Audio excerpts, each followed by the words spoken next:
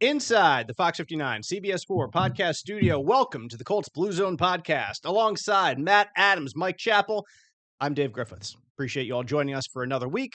And we finally have a game to talk about, which is in one sense exciting and perhaps in one sense terrifying for Colts fans. That 30 starters didn't play. 30 starters did 30 not play. frontline players How did not about play. that? Not many on the offensive line, that's for sure. Yep. You know, I've always said the recipe for success, if you're trying to figure out which quarterback to start, is to put them behind the B offensive line and give them none of the starting players that are wide receivers, running backs. Clearly, you get the best version of that quarterback, and you were able to really, see what he's able to do on a game-to-game basis with that talent out there. I think what's funny, ironic, maybe that's the word, is It's not funny. With Richardson, again, he gets the dislocated pinky, and it was his fault. It had nothing to do with them playing the B offensive line. It didn't. They could have had, the defensive lineman out there playing. It was because he didn't recognize the play. And in keeping with his history, he just didn't get blown up. He dislocated his finger. Right. Why not you just get blown up, get up and say, man, that hurt, and then you're ready to play more. But his finger's pointing the wrong direction. So it just we keep looking for reasons, I do, to say, okay, I'm going to buy into Richardson. I think if he stays on the field, I think he's shown enough that we can see his ceiling. And he plays 7 plays. So that play was certainly a cavalcade of emotions for Colts fans watching it happen, because the first reaction, and a reasonable one, is the offensive line just screwed up. And then you realize, oh, wait a second. And then you get a little bit more of the ins and outs of what's going on in that play.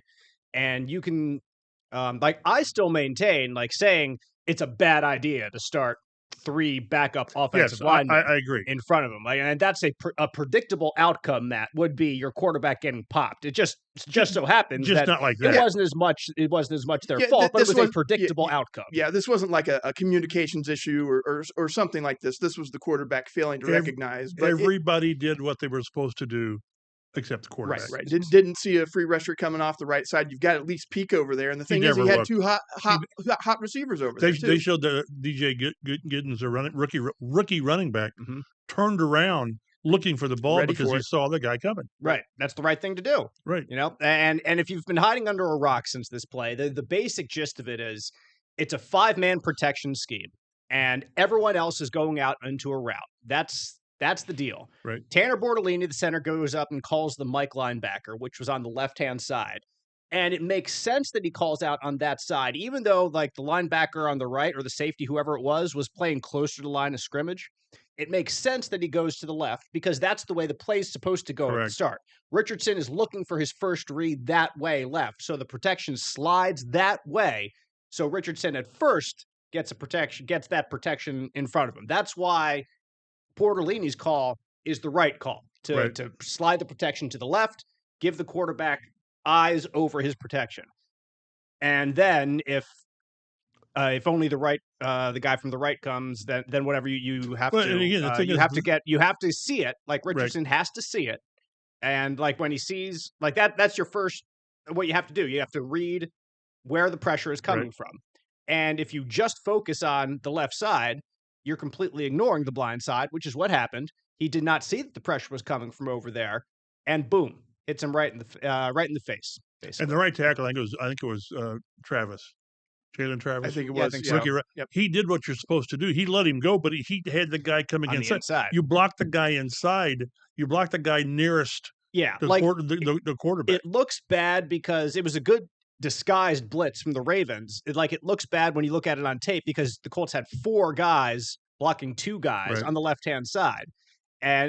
So you immediately look at that and that's not right. But the grand scheme of things, it was right. Right. Tyler Warren goes out on a route. The running back goes into the flats. Right.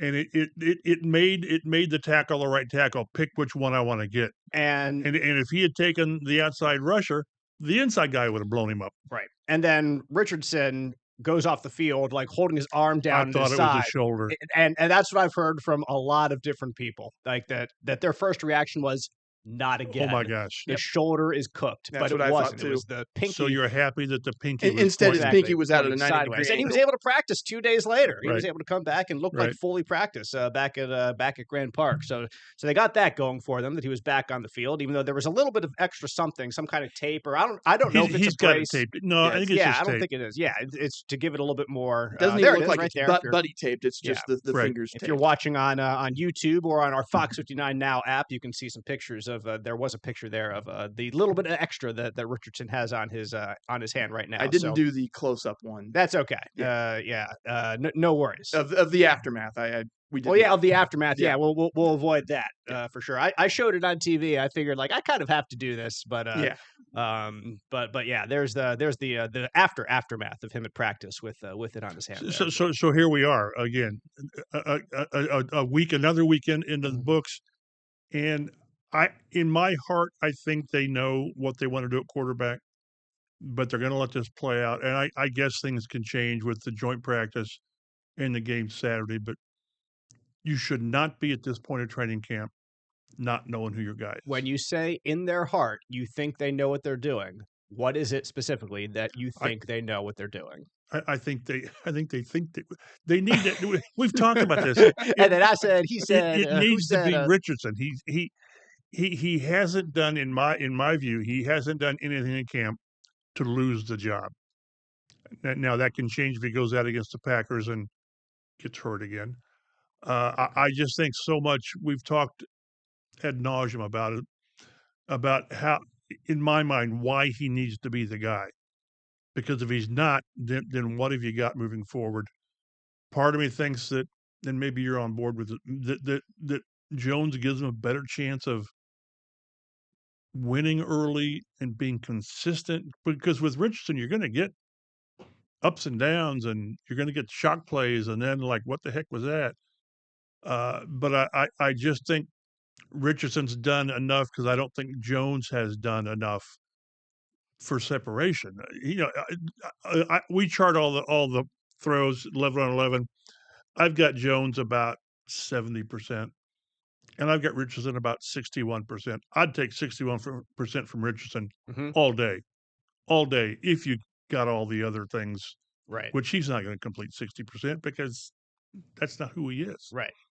So I think he's done enough, and we've seen him make the chunk plays and the shock plays, and we really haven't seen Jones do that consistently. So I just wonder what Jones would have to do, or I guess Richardson have to not do to not be for Richardson not to be the starter. I think the argument possibly is you think Jones is Gardner Minshew plus. And that's what you needed. That's what they needed 2 years ago. If you got Gardner, you need a Gardner Minshew plus one completion.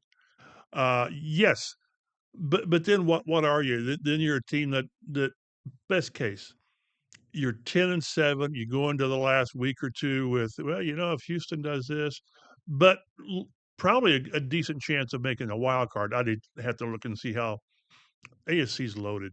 It is. It's loaded. It's tough. It's great quarterbacks. I can't see 10-7 not getting a wild card, but I think that is what you can get. But Richardson can give you so much more, but that is such a tease.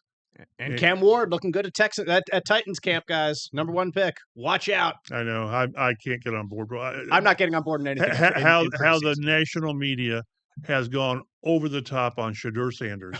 Yes, I love it. It's unbelievable. It's so good. And this is a media creation about, he's a first round pick, and then now we know why people didn't take him until the 5th round. And one national guy said, I don't think this guy's going to even make the roster.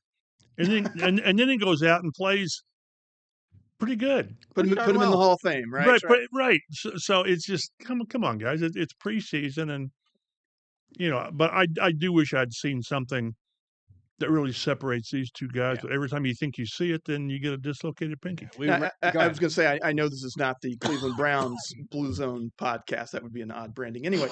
But I did see that Sanders suffered an oblique injury. Oh, no. I just We've been there before. Right there. And that is, whether you're a baseball player or a football guy, depending upon your position, throwing. throwing Pretty the much, is it oblique ribs? is just a miserable injury to have. Richardson missed 2 games last year with an oblique. So Wasn't that the one where he got decked by the Steelers defender? Was it Steelers or something? Like, Yeah, was that safety got him. yeah, when Because he didn't slide. because he didn't Because he slide. didn't Good stink and Lord. slide. Yes, I remember that play. So yeah, quite but the fondly. quarterback Poor guy. injuries, it's such a bad. And of course, in Cleveland, like you said, who knows what they're doing? Yeah, and they've got a quarterback buffet over there anyway. So Right. I mean, I guess it could be worse. Yeah, and if you wanted a little bit more in-depth look at that play, I thought a couple guys on Twitter did a really good job breaking it down. Quarterbacks, like former NFL quarterbacks, on the dislocated pinky. Yeah, on Richardson's dislocated Yes. pinky. Like Kurt Warner Kurt did Warner's a was really good. fantastic job. Yep. Dan Orlovsky did really well. Chase Daniels had Jeff a real good one. Schwartz, Chase Daniel, Yep. a lot of them broke down exactly what happened on that play, what the problem was. And I think somebody, like, it might have been Schwartz, it might have been Chase Daniel, I forget who, but called it like a day one install type Right. of thing. And so that has got to be the worst thing that Colts fans could hear. Like, this is the basic of the basic. You have 5-man protection. Everyone's going out into a route. They're showing blitz. You have to be able to recognize where the blitz is coming from and know your hot route. That is a day one issue. And Richardson is in year 3, and it's still a problem. And that's got to be frustrating to no end, not just to fans. How about Chris Ballard? How about Shane Steichen, Cam Turner, Jim Bob Cooter? The guys are trying to coach this into him. That is not, it didn't stick on that play. Some things you can't coach into people. You have to know it as a quarterback. You have to know. And right now, that's something he didn't know. And to say, well, I'll learn from that. Well, you shouldn't have had to learn from that. And he called it when he was asked about a post game, when he talked to the media, he said that's a tricky play. It's 5-man pro. But I guess those other guys like Kurt Warner, Chase Daniel, they're saying it's not tricky. Like, it's Right. basic. And so it's like, I understand the point that we have been making, all of us, I think, here, that Richardson, tie goes to the runner, like tie goes to the incumbent. That and that the Colts, that Chris Ballard, the front office, want to see Richardson play. Like, I understand the point that Richardson's ceiling is absolutely higher than Daniel Jones, Right. and you want to see that. But you can also, from that one play, you can say his floor is scary enough Oh, there's no question. to say no. The one word that pops into my head that you have to question is trust. Yeah. Do you trust when you call a play with this protection that the guy with the ball in his hands is going to make the right decision, whether it's sliding protection, whether it's finding a hot read? So yeah, I don't know. I'll be talked out of this, and when Steichen says Daniel Jones is our starter for now, I'll say, okay, yeah, I couldn't. I'd say, well, I'd have gone the other way, but I can't argue with what they do because the other guy just keeps giving you. It's, as I said all along, the injuries are just so overwhelmingly concerning, missing 17 games. But keep in mind, it's on the resume. We had a tap out. We had a one-play tap out, which tells you something. Yeah. And he was benched 2 games for not preparing the right way. Those and then you've got this. So there's something missing. I don't know what it is. And it's got to be so frustrating for Chris Ballard and Steichen and Carly Ursay now that they see the immense talent, but you don't know if it ever comes together here. And now the plan for game 2 is a little bit different since Richardson didn't play so much in game 1. They're still going to start Daniel Jones in game 2 against Green Bay. You want him to go through warm-ups. You want him to go through all that right. and come out to start with. But then the plan is to have Richardson go in and finish the first half, kind of like the plan was supposed to be in game 1, just flipped. Shane Steichen did say the starters are going to play.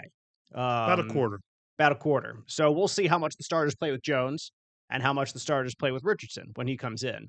And I think that could be another reading the tea leaves type thing if the starters played when the plan always was to play them in game 2 with Daniel Jones as the starter.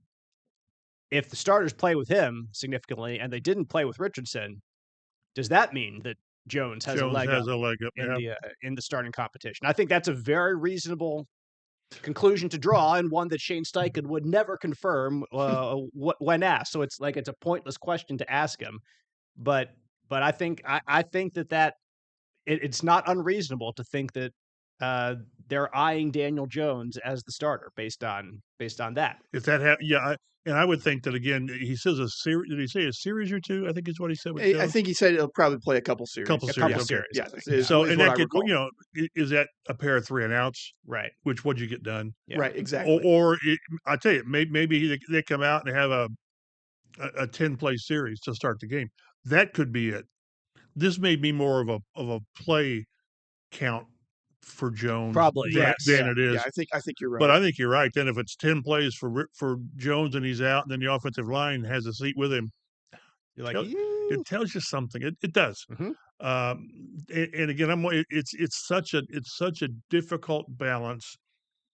In Rick Venturi, we have this discussion all the time. I know where he comes down about playing your frontline players in preseason because you need to tackle somebody. Mm-hmm. Jonathan Taylor, I remember Edgerrin James.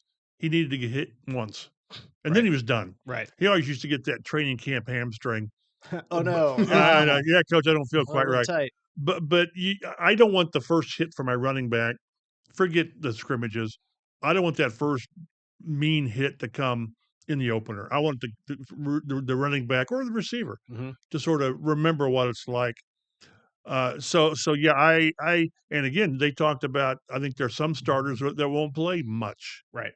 I went back and looked, and this is his 6th year, Taylor, and he's played 2 games in preseason. Last year, 6 carries for 19 yards, I think it was. Now, one of the years was COVID, and one of the years was contract and the bus and all that stuff. The hoodies. But the balance is playing these guys and then seeing guys get hurt. Rashawn Slater. Now the problem is the guys have gotten hurt in practice. In practice, Landon Dickerson, which they may have dodged a bullet there, but it's okay. Let's just say you don't start your frontline guys this weekend, and then the first practice next week somebody gets hurt in practice. Mm-hmm.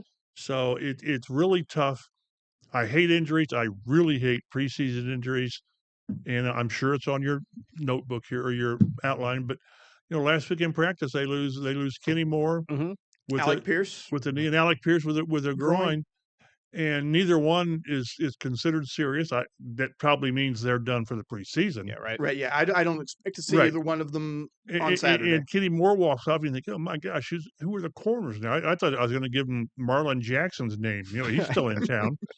So they've done a good job, knock on wood, of not losing major players so far. Not losing. With all losing respects to Justin Wally, Salvin, and Salvin Ahmed. But yeah, and I apologize. Justin Wally is a big one, but not the Rymans and Taylors and whatever. But you got to play them. You got to be ready come September 7th, and the only way to do it is have They've had a harder camp. I'll give Shane Steichen credit. They've had a harder camp. Yesterday was early in the week was really in an hour and a half, hour and 50 minutes, really blistering sun. They went out 11-on-11 a long way. Mm-hmm. But you got to play, but you hate to expose guys to injuries in preseason. We might as well talk injuries then. We'll bring that up before we kind of get back to breaking down a couple more notable players. That's not how the rundown goes, I know it's not. Now you can blame Chap once again. Wandering, for the mind wanders. There, and everywhere. But really, the concerns in the secondary continue to be concerning. Like almost not insurmountable because there's always someone to bring in. But yeah, concerning is the base of what it is. Kenny Moore has a knee injury, left Sunday's practice with that. He watched practice the other day, so right. If it's significant, you don't have a knee injury, you don't have the guy standing for an hour and a half. Right, exactly. So if he's standing on the sideline, it's not bad. But still, like you pair it with Jalen Jones, right. You pair it with Juju Brents, you pair it with Justin Wally being done for the season, right. And also Shane Steichen with the other 2 hamstrings with Jones and Brents continuing to say there's no timetable. Like, you're not even like, oh, we think he'll be back next week. Like, it hasn't he's reached done that that point yet. sometimes. Yes, He's exactly. done it on occasion. Yes. And even though he's not a cornerback, Nick Cross And Nick with Cross, the hip safety, flexor. has a hip flexor. So, exactly. I mean, so the secondary just it's a is mash unit right now. it is. And Mooney Ward's been limited occasionally with Tightness is what Shane said. It was just tightness, and he went like this, like around his hip. Right. Like, it's just tightness. Yeah. So I was like, okay, Shane. But that's quite a thing for Shane to give us even that much. Right. On that. So yeah, but it's crazy how it generally hits one area of your team. And it just so happened to hit an area that we all considered a strength. Stronger than usual, and yeah. Now we're having to get up to know some of these undrafted rookies and journeyman veterans. Yeah, veteran Duke Shelley, undrafted rookie Jonathan Edwards, working with the first team. Plenty of other players that you've never heard of before. So why would I bring up their names right now? Well, Hunter Waller at safety. He played a ton in that preseason game, and he's had a good camp too. So kind of tells me that they're going to have a pretty decent role for him in the defense. Yeah. So yeah, Waller had a pretty good game there in Baltimore. Credited with 9 tackles. All of them in the first half as well. Yep. So he was out there. He was making plays. He also just everywhere. It felt like he picked off Lamar Jackson in the practice. Right. Lamar didn't play in the game, of course. So Waller is an interesting player because, of course, we've spoken about it before. His back and forth between safety and linebacker, and how the Colts were kind of playing some games with that after the draft to get him on the roster and to get other people on the roster specifically. But and how he could play linebacker in the dime packages. If he continues to flash and to make plays, they're going to put him out there. You play your best players. Exactly. You can't afford to keep your best players on the bench. That's the NFL. So and again, I know it's preseason, and you can only read so much into it and all that, but one of their backup cornerbacks that was playing because of injuries and stuff, Alex Johnson, had a really nice interception on that first series for Baltimore. So, at least I guess you're getting some of these guys' experience. But man, you really want to have Jalen Jones and Juju Brents out there and know that they're going to be able to be able to play. Kenny Moore. If Kenny Moore's ready to go, then in the base, you put him outside. We've seen that do it. Yes, he's a top nickel, but if you have to, you put him outside. I don't think you want to do that if you've got a guy you can put out there. But all the options that they had early, good options, they're just diminishing. And if I'm Lou Anarumo, you just go with the guys you've got. You can't worry about guys you haven't got because who knows? Let's say you go into the season without these guys. You don't. I've got no indication that Jalen, like you said, Jalen Jones is close. What would you base that on? None, absolutely none. So. Other injuries that players didn't practice earlier in the week include running back Khalil Herbert, center Danny Pinter, wide receiver DJ Montgomery, tight end Sean McKeon. But the starters right now, I mean, they include like Kenny Moore, Nick Cross, Kwity Paye, Alec Pierce, Jalen Jones, probably over Juju Brents. So like 5 guys who are starter guys, plus like Justin Wally as well, who we talked a little bit about last week, and we're kind of hinting that could have been the direction that they were going.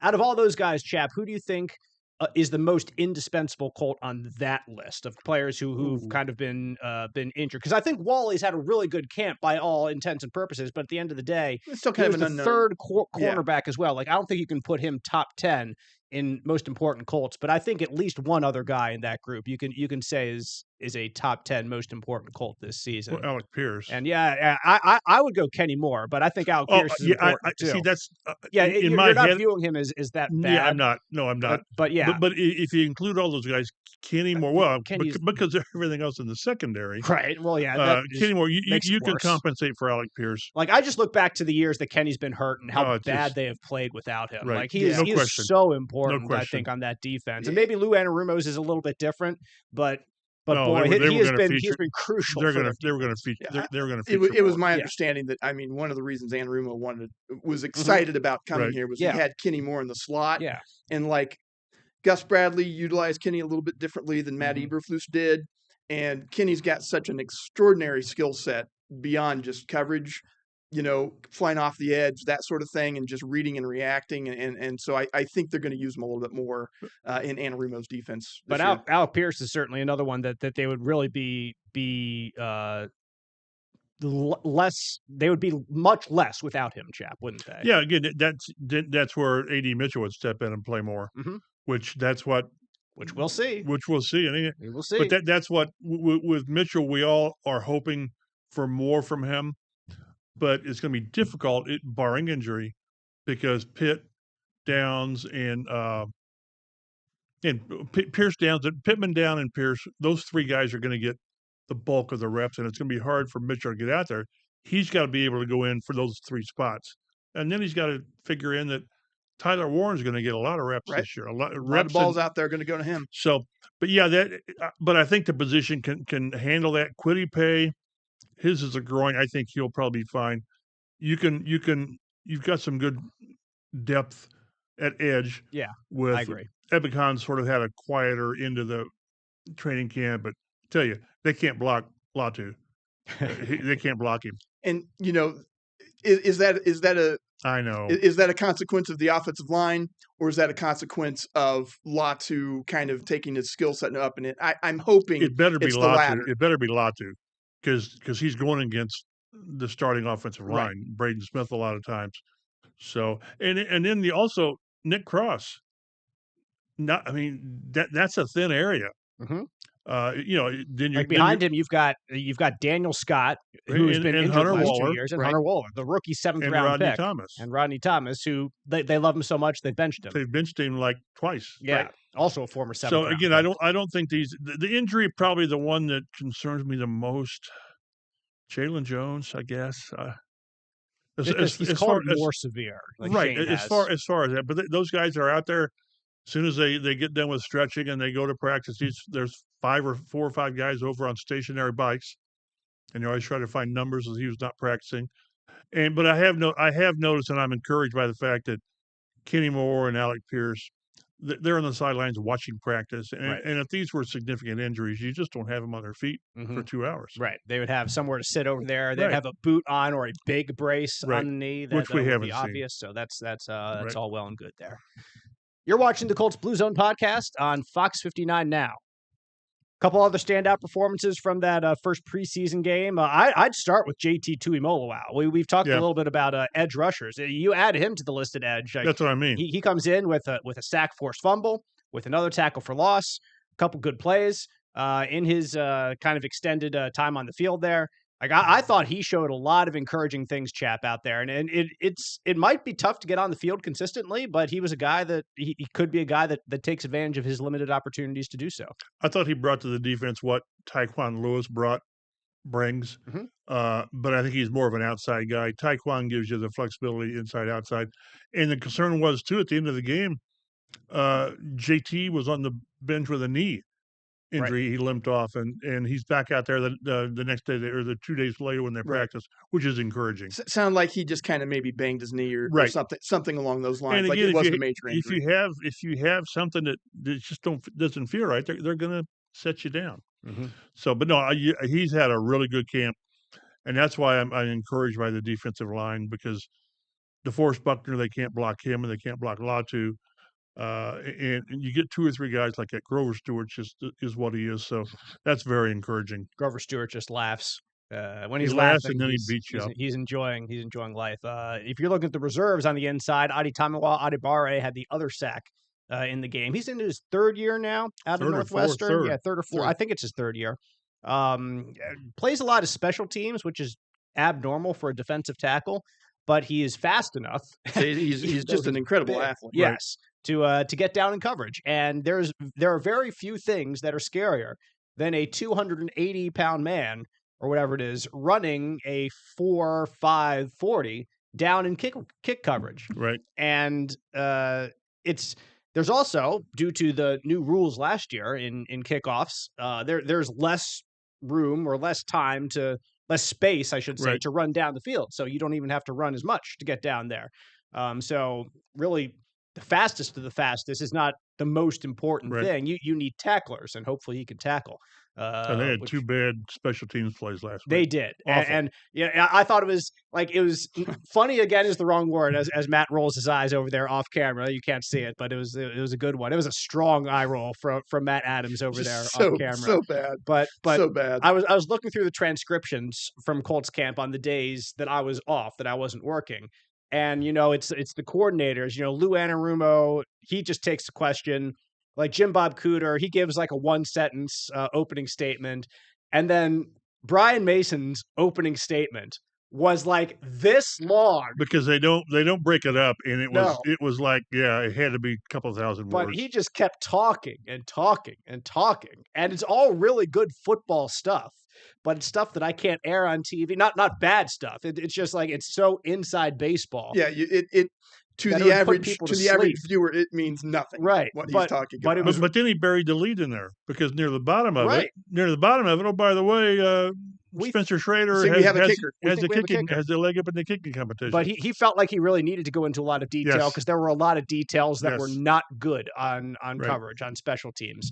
So that's something that needs to improve. He also said they played 57 guys on special teams, and I'm sure that doesn't help things be consistent. You're trying to get people out there and see what they do. But you don't get know who them you're on going to tape. have. Yeah, exactly. I mean, he has no idea. He's got No. an idea. He's got like 2 or 3 guys that But he come knows are gonna be. September 7th, it's like, well, we're going to keep this many receivers, this Right. tight. Well, and then he's thinking, well, how many of these guys can help me? What will be a part of me? And you Right. really don't know until you get the final cuts. Mhm. Because again, the bottom part of the route, if you're the 5th and 6th receiver, Ashton Doolin and Anthony Gould, yeah, you're going to play special teams. 100%. So that's the part of the makeup of the roster as well. But you're right. He did bury the lead, and that is the fact that Spencer Schrader has a leg up, pun intended, in the kick competition right now. Mason said that Schrader has hit 87% 87 of his kicks against in camp, 78. 78% for Maddox Trujillo. And that's, again, we've seen probably, I don't know what percentage we've seen, but they do more kicking than what we see. And the day that he made this announcement, Schrader was 4 for 4. And Trejo was 2 for 2, but he said that he's going to get. Did he say the bulk of the work or all of the work?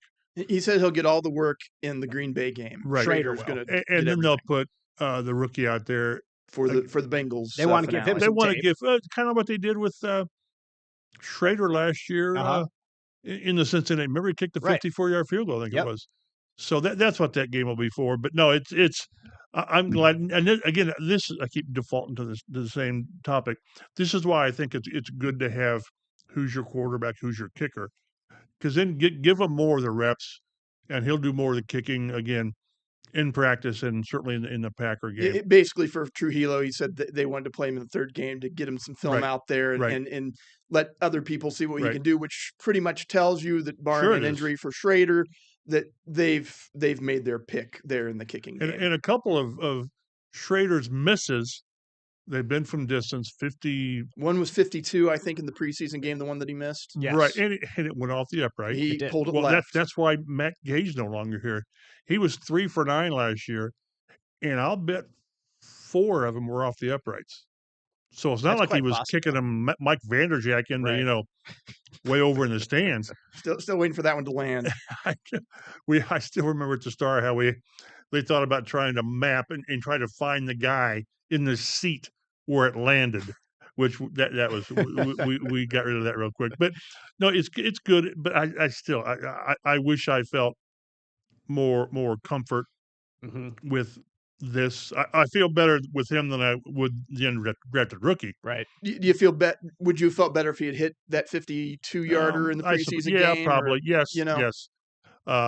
And the same thing in practice, but this is what they've got. He's kicked what is it, 5 field goals regular season and 6 passes. Something along those lines. Yeah. I wish my kicker had more of a resume, but this is where they are. And At least he's got some NFL kicks, I Yep. suppose. Right. At some point, the resume begins. Like at Correct. one point, Adam Vinatieri didn't have Right. 7 Super Bowl winning kicks or whatever it That's is true. he has in his That's career. true. So you got to start somewhere, and he's 5 for 5 in his There you go. in his NFL career. He is perfect. He's better than Adam Vinatieri. That's right. He's the NFL's all-time active leader in kicking Field goal percentage. percentage. There We're he not goes. worrying about minimums. Spencer Schrader, number 1, That's right. baby, number 1.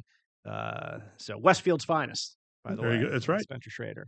And the newly married Spencer Schrader this summer. You got all these little I nuggets. got little things about Spencer, my guy, Notre Dame's finest as well, Spencer Schrader. Other players who played well in that first preseason game, Tyler Warren again, 3 catches on 3 targets. Can't do better than that. 40 yards. Boom. What have you seen that concerns you about Tyler Warren? 0, my Nothing. man. Nothing. Not 0. one thing. He dropped one the other day on a tough catch, and I thought, what in the hell What is happened? that? What are you doing? Because he catches everything. And I joke sometimes that, and even with Daniel Jones, it's like these quarterbacks are running tough catch drills because they're not really great accurate. And these guys are making great catches. And Tyler Warren, again, if there's been, let's say, the top 10 catches in training camp, Warren's had like 7 of them. Yeah, Yep. It sounds like he's had a really great camp, and it sounds like they're just basically getting it somewhere into the catch radius, Right. and this guy's going to do it, and then he's going to bowl over the guy that's in front of him. Which there's got to be times where you don't do that. There should be, yes. It's great that you pile drive a safety, but at some point, don't put yourself at risk for whatever. And that's me seeing too many guys get hurt. Say, Reggie Wayne played for a long time. Right. Mhm. Well, Marvin Harrison. Marvin was Go back Marvin and look was at the Marvin, expert. Syracuse. Go back and Great look at education. how he went in the fetal position before yeah. going down. Yeah, Mhm. Marvin hardly ever took it. And he took the fetal position all the way to Canton. So, but no, it's Tyler Warren. It's we need to have a pool and see what our expectations are number wise with him. 50 catches. I don't know. Keeping in mind that this is going to be about as close to a 50-50 run team. Right. They're going to run a lot. Yeah. And And Josh Downs is still on the roster, and Alec Pierce is still on the roster, and Michael Pittman's still on the roster. Right. But like I said, on my save get key, I've got 39, 467 last year's group, and that's his seat or his floor. Oh yeah. So and he'll give you more because he's going to get those. He's going to give you the chunk plays, the tough plays, but he's going to give you the Jack Doyle plays. Right. 50 catches on a season is 3 catches a game, assuming you play 17. Right. That's not unreasonable. Right. Like I think 3 catches a game is a very reasonable expectation. And you'll catch a high percentage because of where they're going to be thrown, intermediate, and they're going to do those bubble screens with him. Yeah. And I tell you, we won't see it in preseason games, I don't think, but they're going to use him. They're going to find ways to use him. And you just saw a little glimpse of kind of what the possibilities are with Warren out there. We saw in practice one day, they did that shovel pass around the goal line. They're going to try that. Yep. He'll be in the backfield on some of those, more so if Jones is a quarterback. Yeah. Maybe he's back there. And I can't see running Warren that much if you've got Richardson at quarterback and around the goal line, but he just gives you so much. And part of our infatuation with Warren is we've been so deprived of tight end play. Yeah, dynamic reliable playmaking tight end for a long time. Yeah. Right. And let me say, since we're talking tight ends, Will Mallory's having a great camp. So, do you think it's going to be a tough decision there on? I think they keep Will. Like I think he's. I think on the one team. that's probably you think on Jelani the bubble Woods is the odd man out because of health. That's the problem. He's the 5th tight end there on the roster. Right. So I think Mo. It's funny how Mo blocks. Ogletree gives you a little Mo bit ain't of going both. nowhere, guys. They keep drafting guys and finding guys. You think they get better than Mo, and you look up and there's Mo. Yep. And I don't mean to make. He's got a purpose. He's got a value. And again, he's a great blocker. He'll make an occasional catch. The question, Ogletree or Woods.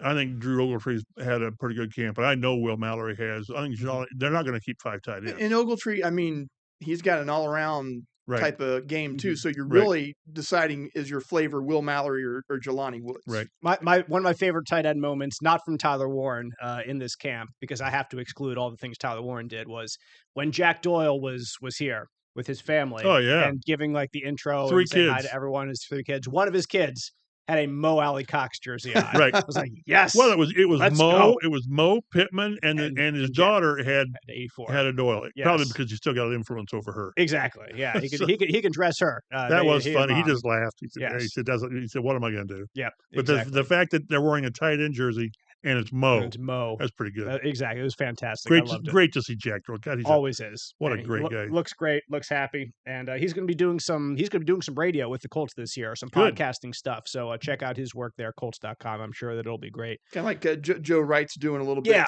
during the preseason game. Was Venturi not available? So or? I think they're doing him this year, like in the preseason. Rick is doing home games, not road games. Okay. Well, that makes sense then. But I thought Joe did a really nice job. They've got good guys that handle those analyst jobs. More quick stuff from the preseason. A.D. Mitchell, 2 catches for 37 yards, which is a pretty good number, but then 6 targets. And like, I don't think... Yeah, I mean, it's preseason, but but it's in eerily line with the trend, right? To last year, what happened there? All these targets, not many, 41-8. That's not worst in the NFL since 2018, and so like I don't think all of them are his fault. Like it's not like they went to him and he's dropping all these things, but it's a continuation of a trend that we've seen. So it's just I wouldn't even call it concerning here in the preseason, but it's just like dadgummit. Yeah, just like why does it have to be like that? Why does it have to be A.D. Mitchell? Yeah, like that. His and he barely had that one catch, the very first play from Richardson. Richardson did not get the ball to him. He had to dive backwards to it as he came to it. Richardson, his arm kind of got stopped by the rush that was right in his face. It got short. So he couldn't get the velocity he wanted on it. But that was a good catch there by Mitchell. He's had a great camp. He has. Great camp. By all descriptions. Ashton Doolin, 3 catches, 54 yards on 7 targets. Camp. He has too, yeah. And he's one of the best gunners in the league. If you like watching special teams football, if you're one of those sickos, then go to a game at Lucas Oil. Watch Ashton Doolin. Just watch Ashton Doolin on punt coverage. And he'll give you 10, 12 catches in a season, a couple of chunk plays like he did. Was it last year? He caught a big touchdown that first game. Like it was him and Alec Pierce both had long. He's touchdowns. The one that I compare him to Zach Pascal. So many times he was your fourth receiver, and people go down, and all of a sudden he's playing a lot, and he's doing something. Yep. So and again, if you can be the 5th or 6th receiver and be a stud on special teams, you can stick around a long time. Joe Bocci, Alex Johnson both had interceptions. We mentioned the Alex Johnson one, and it was really good catch. Contested, like one-handed, boom. Right. And then Bocci made a really good play on it in the red zone. Like that, you Love live and that. die by those, man. Your red zone defense. And he read the play, jumped in front of it, made a nice catch. Anthony Gold, a good 20-yard punt return. He's going to get the chance to return some kicks this year, whether it's in kickoffs or punts for sure. So hold on to the dang ball, number one. He had a couple drops on offense that you just can't. Yeah, and he's had a good camp too. But you get out there, and got to use your chances, man. Got to make the most of them. And people like him don't get many chances. Right. Mm-hmm. What about Riley Leonard, guys?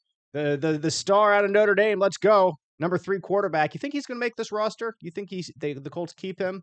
They've done something they didn't with Ellinger in the past. He was number 3 on the roster. Practice squad. Do you think somebody's going to claim him if he's on the practice? I don't know, squad? man. I don't know if anybody claims him, but I don't think they want to let him go. He had a couple of pretty good days in camp. He was 50% in the game.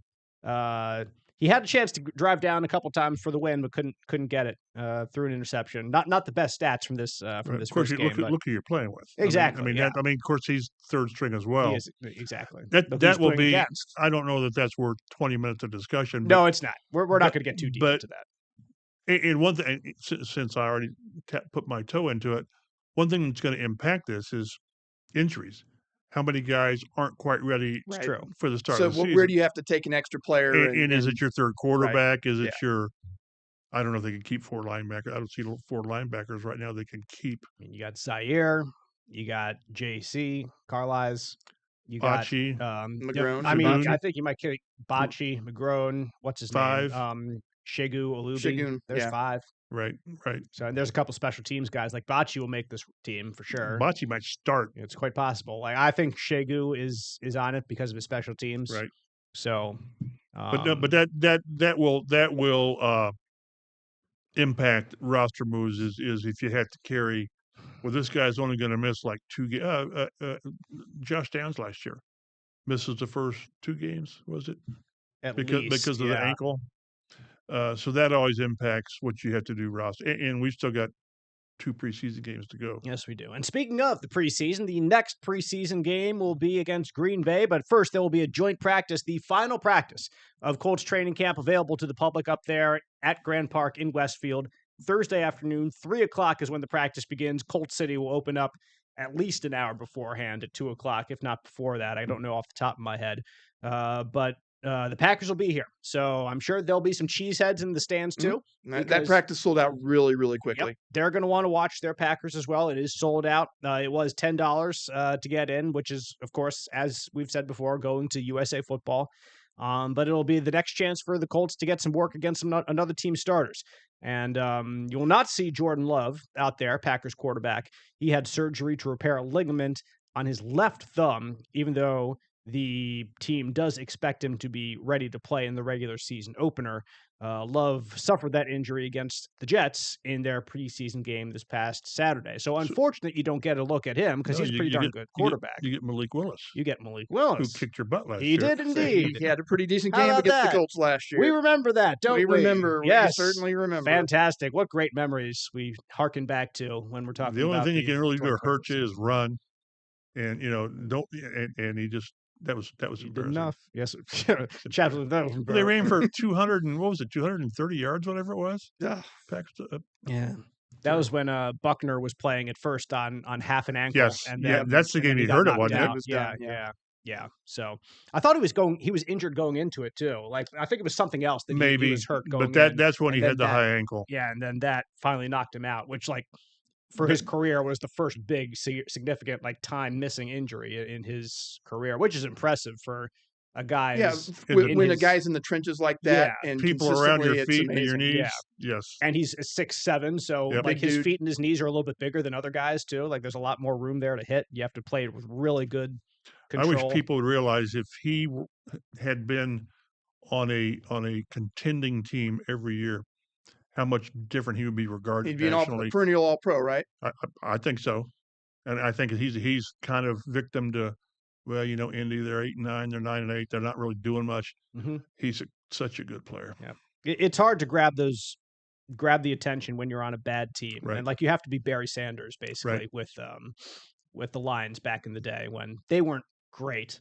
But he was right. But he made them he made them exciting to watch. Exactly. Right. So somebody had a thing on Twitter was which player would you want for the entirety of their career, Barry Sanders or Walter Payton?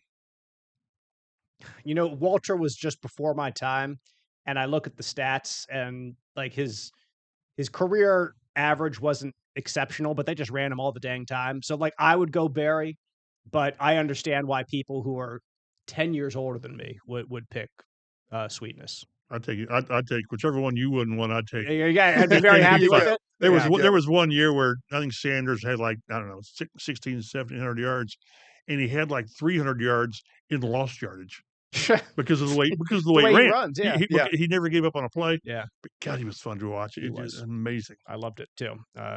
Pretty darn good player. Yep. There for his heyday. But rival to the Packers, who will be here this week. So we'll see how many other players are out there.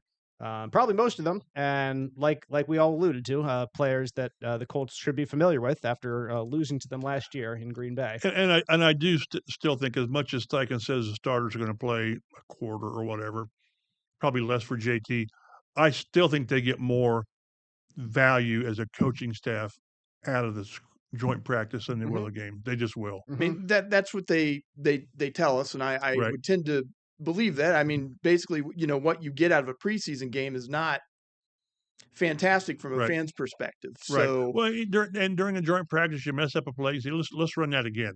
Let's see what we've got.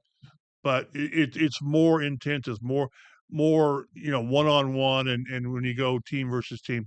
One thing that's interesting is I think we've seen more one-day practices in joint practices, because I think you've always seen it if you go 2 days. Then the second day is just a bunch of pushing and shoving and all that.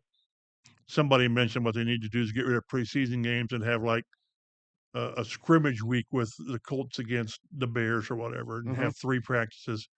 That wouldn't work. That's a terrible idea. because it would deteriorate every day.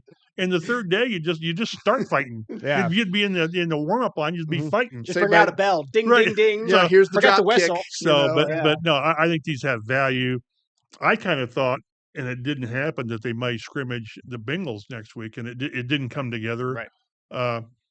But they see value of this, and that's why I'm not surprised to where, as we go along, starters play less and less in games because they get so much work done in the scrimmages. Colts take on the Packers at 1:00 Saturday afternoon. That game will be broadcast locally here in Central Indiana on CBS4. Our coverage begins at 12:30 Saturday afternoon with the Colts Blue Zone pregame show.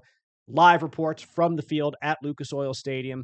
And if you don't want to miss Carly as well, Carly Irsay Gordon will be on the broadcast in the third quarter, taking the role that Jim Irsay, of course, had for years, being on that third or second preseason game to be able to chat with the broadcasters, Greg Rakestraw on the call, Rick Venturi doing the home games as well, like you said. So looking forward to see what she has to say. Her first chap preseason appearance, and I'm sure there will be one or two quarterback questions listed there. There are probably a little bit about the young Tyler Ward and how the first round pick rather is looked so far, and just her expectations in her role for the team. And we'll I'm looking forward to seeing what she has to say. Yeah, I want to see if she inherited her dad's rambling. That's what I was just like. Is she going to be as verbose as her father was? I think she will be more concise because God love him, and Jim wandered.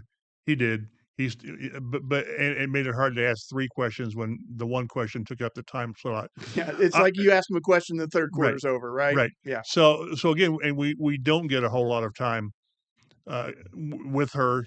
We had the intro meeting, but it's never a bad thing when the owner is speaking to the fan base. It just isn't. So I'm looking forward to it. And you think the roof will be open? I mean, it's going to be 90 degrees. Nice, yeah. It's going to be 90. Is that nice? Yeah, exactly. It's maybe less than nice. I think the humidity at least is going to be cut a little bit, but it's still going to be high 80s, low 90s. But it'll be 70 degrees in the press box.